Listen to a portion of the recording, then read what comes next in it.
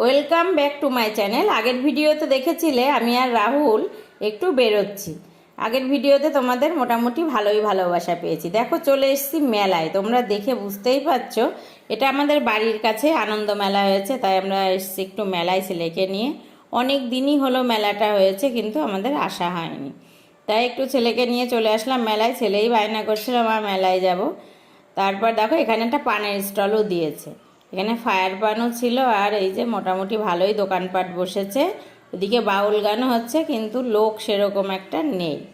ছেলে খাবে দই ফুচকা, তাই ছেলেকে একটু দই ফুচকা কিনে দিলাম। খেতে খুব একটা ভালো ছিল না, আমি ওখান থেকে একটা খেলাম। আর গপুর জন্য নিয়ে এসেছিলাম মালপোয়া।